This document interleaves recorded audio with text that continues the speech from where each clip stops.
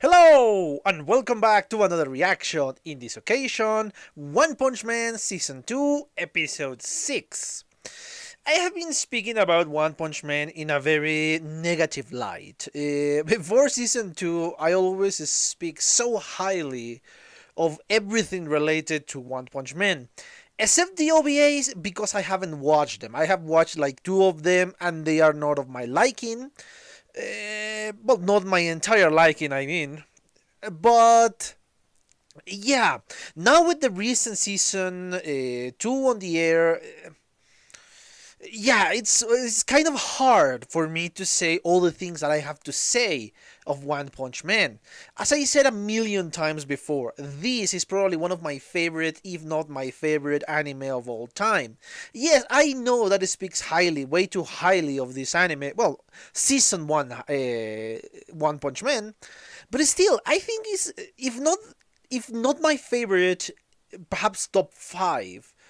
It is pretty hard for me to determine which one is my favorite because there have been a lot of them and I love a lot of animes. But yes, the second season of One Punch Man is not even perhaps in the top 10 because the quality, in my opinion, has been diminishing. The story is the important part. The story is something that we know that is good because it's One's story. Yeah, One is still one of my favorite mangakas.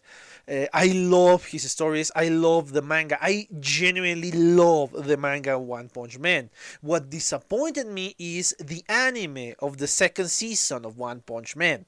That was disappointing me. And so far, I think I find the reason why. I'm not going to say this again. I'm going to do a review after season 1. I'm still working. I know I make a lot of promise like this that yes, I have been working on several ones, but I am really working on the script of so many of them, and I don't want to deliver a soft par product. I think my previous review, my first review of My Hero Academia Season 1, it's pretty bad, in my own opinion. I think it's pretty bad. The next one that closest to the review is kind of the how it all began. It is still, I think, could be better in my own opinion. So yes, I am trying to work on the script and I'm trying to work on other programs and kind of practice on the program so I can use them freely and I can deliver you guys a better product. So yeah, that's why it's taking so long. Perhaps I'm still scared of delivering a soft part product. That's why I haven't delivered any of the reviews I promised. But yes, I will deliver. That is something I need to do. It's perhaps something personal, something selfish, but yeah, I need to do that. But anyway, yes, if you notice, I didn't speak a lot about the last episode. It's not among my favorites, even though I was waiting for the fight between Garu and Metal Bat. But it was kind of disappointing in my opinion. It's not that good. But yes, these are my sincere opinions, guys. Anyway, as I said, or as I thought before, perhaps I did not even say it, I think you did not come here to hear me rambling, so yeah, let's just cut this, put an annotation in case you want to skip all this rambling, and watch the episode, shall we? Okay, I'm back. I just watched a second time the sixth episode of One Punch Man of the second season. This one, in my opinion, was a lot better than last week's episode. Perhaps because I didn't have a lot of expectations from it. Perhaps because I received a little bit more action, a little bit more comedy, a little bit more of Saitama. But I think this is a better episode than last week and the episode before that. So, yes, this was pretty good, pretty entertaining. Again, obviously, and yes, I sound like a scratched record, but it's not comparable with an episode of... No, well, wait a minute. This could be comparable to an episode of Season 1. One of the less action-packed episodes, perhaps. But still, it's good quality. At least that's what I think. So, yeah, this is a better episode than last week. Yes, we start to see the tournament and how it began and how some heroes enter the tournament because, yes, they know martial arts to a certain degree and they want to fight to improve their capabilities, to improve, hell, even their confidence, especially with Lightning Max and Snake. But yes, I think that is how you pronounce that. I'm still not sure. They want to believe they are stronger, and of course they face the terrible Deep Sea King, which is a very strong villain. That's why they enter the tournament. But again, you might say, oh, but Saitama punched everybody with just one punch. Yes, but let's remember, Saitama is in his own realm, in his own category, because yeah, Saitama is way too strong. He's way too strong.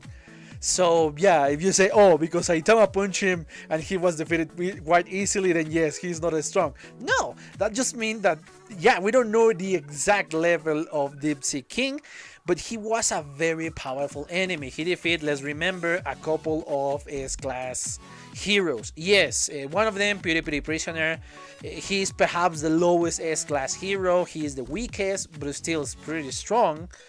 And we have, he even defeats Sonic, which is, again, I think he has the capability of an S-class hero, and he defeats Genos, although Genos kind of was thanks to the kid that just interrupted the fight. But yeah, let's remember that Deep Sea King is a very strong monster, a genuinely strong monster. So that's why they enter the tournament. Of course, they face one of the strongest opponents they could face. This guy, Shiryu, I think it was. I don't remember his name. I remember his face and I remember his movement, but I don't remember his name. Anyway, yeah, he is pretty genuinely strong. He is amazingly strong, and I'm hoping to see the fight against Saitama, him against Saitama. That is going to be a pretty spectacular fight. Hopefully they animated correctly that part, because if not, I'm going to be very disappointed. Anyway, yeah, he's showing that he is genuinely strong. He defeats Lightning Bolt in a single movement with a single kick. Very similar to Saitama's style, let's say, and we continue with the tournament. He is not the only one who is kind of dealing with the strong enemies, and of course we saw Genos kind of seeing his master receiving, well, not the martial arts example that he wanted, the Saitama wanted.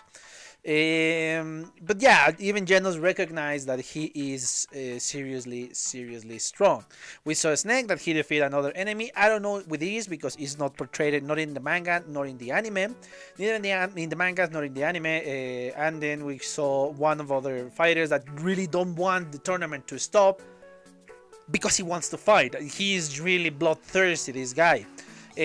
Of course, Genos received the call that he has to defeat several monsters, and that's what he does. He starts to attack several monsters and deal with them pretty easily because, yes, they are really weak. The monsters that he's facing are really weak, with the exception of one, with the cockroach monster.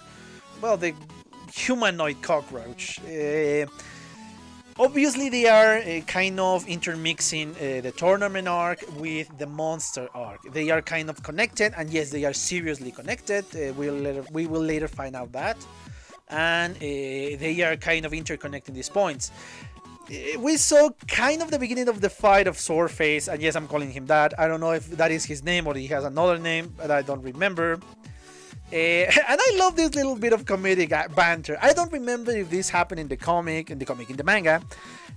But yeah, it's a very comic that both of them are scared to each other. But of course, the one who was trained by Bang was the winner. And then again, we saw the beginning and the fight against, not the beginning, the fight against Genos, and yes, actually yes, the beginning against the cockroach monster. This is a monster that really appears in the manga, and I love the way they design it in the manga, and I love the way they portray it in the anime. I really like it, and I love, it looks very dynamic. I enjoy that kind of a small fight between Genos and this cockroach monster, sorry. I really enjoy that, and yeah, the ridiculousness of the end of the fight was pretty much accurate. he developed said movement to counterattack or countermeasure Sonic. It's a little bit humiliating for Genos, but yeah, that happens in the manga too. And yes, I like that little segment. I really like it. I think it was a more dynamic fight, and that is something I enjoy. Then we saw this guy that is really bloodthirsty. The guy with a lot of hair in all his body, and yeah, he is kind of saying, "Oh, you're just an amateur" and all that. And Saitama doesn't give a fuck, which is something I love, honestly, something I genuinely love, that Saitama doesn't give a fuck about anybody. He's not paying attention to anybody, just in his own world. He's get pissed and he just says, "Oh yes, I just want to experiment with the martial arts. So I want to experience martial arts." And yes, he kind of obliged. "Oh, I'm going to break your leg and break your arm and spray your intestines in the freaking place, and you're going to blow up and all that." And he's really bloodthirsty. And if this was anybody else, yes, it could be in danger. Anybody else. I don't know if Genos, but a lot of people in Charanko's place will be in serious danger with this guy. This dude is genuinely strong.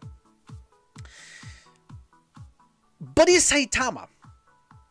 And in the moment he touched the wig, because yeah, that is what Saitama is kind of trying to hide, he gets defeated by one punch.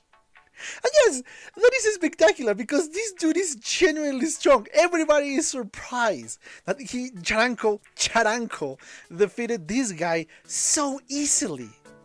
Because this dude is genuinely strong. But he was defeated like it was nothing. Because again Saitama, it really is. He really is nothing. And I love the absolute silence of the stadium because everybody was ready to kind of enter into the fight to save Charanko, and they did not expect to save the other dude. I love that part of the manga, and I love that part of the anime.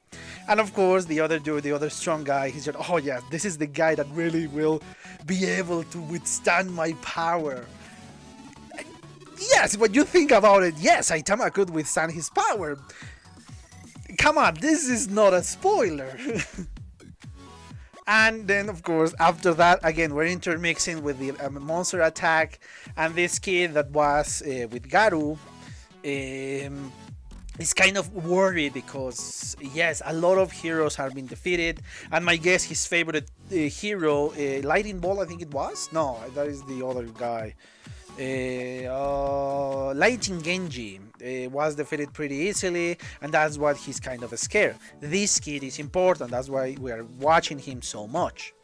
And then, of course, the association figured out or find out that the kid was kidnapped. The guy that is giving 7% of the expenses of the hero association was kidnapped.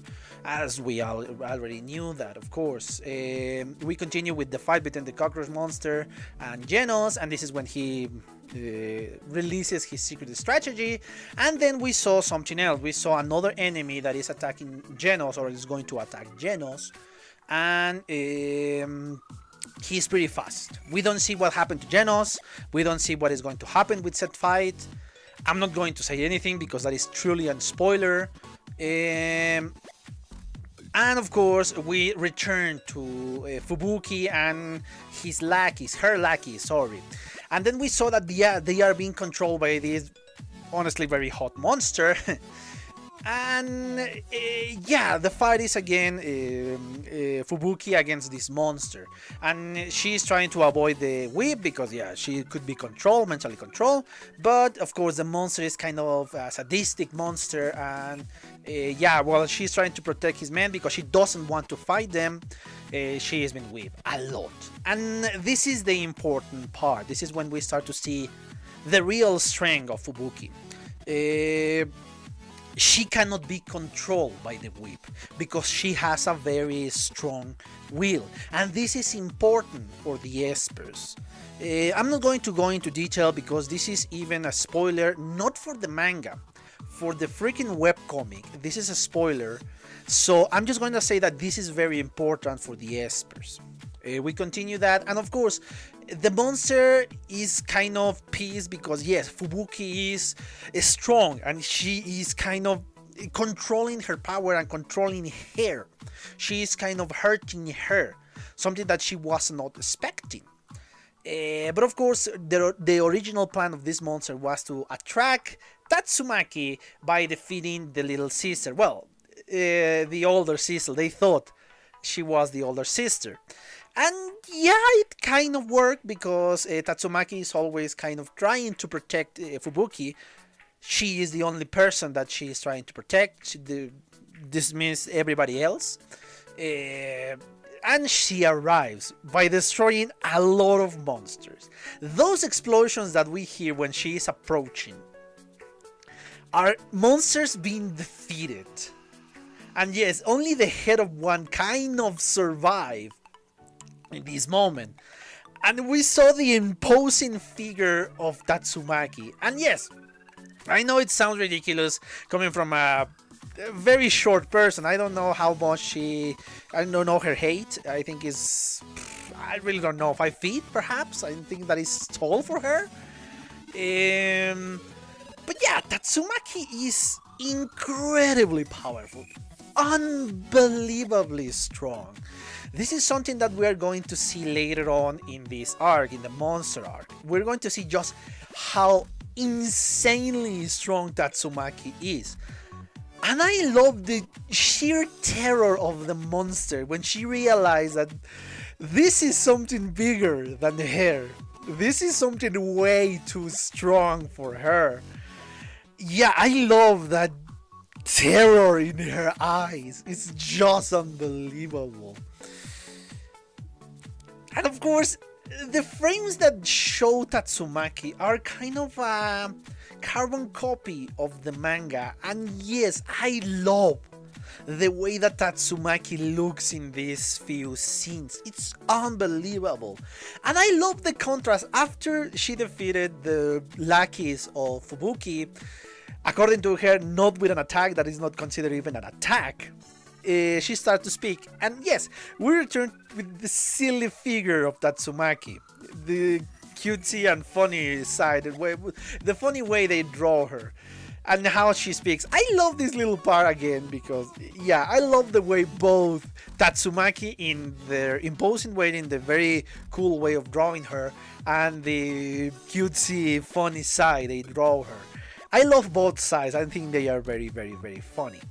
And yes, we have the discussion that again, Tatsumaki doesn't consider the rest of the world as her equal. She only respects one other being, and that is the number one hero. That's it. Even her sister, she just cares about her because, well, she is her sister. But she doesn't care much about the rest of the world. That's why she always speaks like that when there are other heroes around. She doesn't consider them very important or very powerful. She knows that she is insanely strong. So yeah, that's why she is kind of... I don't want to say tsundere. I want to say kind of... I don't know... stubborn... proud of herself. I really don't know. I cannot find the correct word to describe her. Anyway, we returned to the tournament arc and we saw Snake fighting the very strong dude. Again, he has been defeated quite easily, and I love the way they paced this episode. They took a lot of frames from the manga and they just put it in here. And yes, they kind of animated a little bit more, obviously, because you cannot put frames just frame by frame. It will be extremely boring. Or, well, you will say, oh, I just read the manga. But yeah, it's kind of fun what we saw. And then, of course, we start to see the scale of the attack. That actually the attack is a lot bigger because there are a lot of heroes that are being defeated. There are a lot of people that are in danger. And a lot of monsters that are attacking.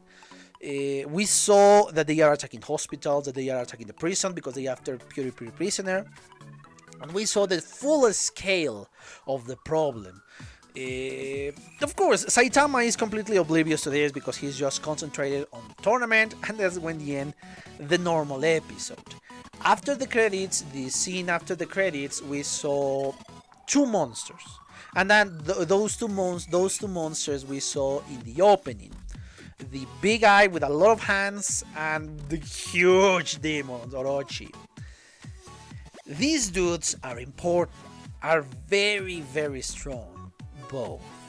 I'm not going to say anything else about them because, again, spoilers. I'm really holding my tongue with this anime because, again, as you know, I already read the manga. So yeah, I'm genuinely holding my tongue for this one because there is a lot of information I could give you. But of course, I'm not going to be an asshole and spoil everything for you. But yes, this was, again, I repeat, this was a very good episode. Compared to the other episode that I have seen, especially last week's episode, this one has been probably my favorite so far. After the first one was kind of disappointed, but it presented King, which is something I really enjoy. I really like King. But this one is genuinely pretty good. I really, really genuinely enjoy this episode. I don't know if because of the pacing, I don't know because of the effects they are a little bit better, I don't know if because my expectations weren't as high as last week's episode. But yes, this was a pretty good episode for the series. So yes, I really like this one. And there are topics I want to speak about in this episode that they were portrayed in this episode. The way of this strong fighter, I'm gonna put an annotation here because I don't recall his name. It speaks that only the strong will survive, and I love how they pan to three other characters. We pan to Tatsumaki, to Garu, and to Saitama. The first two in a very cool way. Of course, Tatsumaki showing off her powers or her psychic powers, and Garu being just this muscular and very, very fit and very strong, and Saitama on the bathroom.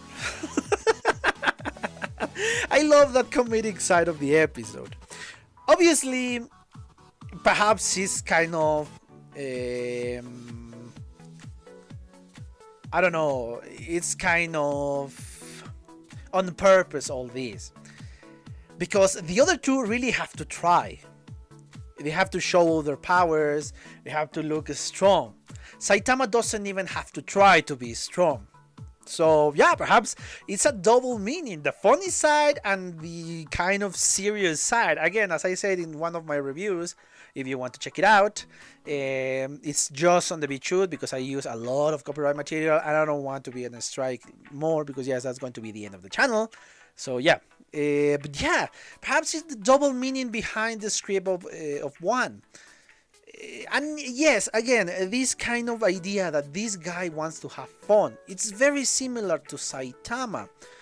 Obviously, he has a more cynical way of viewing the world, that just the strong will prevail. And yes, this is a speech that has been said in the manga. But yeah, it's a very cynical way. But he is strong because he wants to have fun, because he wants to have an easy life. So yeah, we're seeing a civilian that is not being a hero, obviously, but how people think, and I love the variety. There is something else for this speech, but again, I'm sorry to sound like a scratch record again, but if I tell you that, it's going to be a spoiler. But there is something else for this speech. It has a bigger meaning in the future. I'm going to hold my analysis for that until that episode airs. Because again, I'm not an asshole. I want you to enjoy this anime. So yes, I cannot say any more. I exhausted the topic I can speak about in this episode. The only thing I have to say is I hope you enjoy it and see you on the next one. Bye. Okay. Okay, I hope you enjoyed that video, and yes, thank you so much for your attention, guys. And as always, if you want to leave a comment, that will help me a lot more. If you want to give me a like, that will help me even more to get on the top of the recommendation for YouTube. And if you want to share this video, that will help me even more. So yeah, thank you so much, guys. Thank you so much, guys, for your attention. I hope you enjoyed the video, and yeah, see you in the next one. Bye.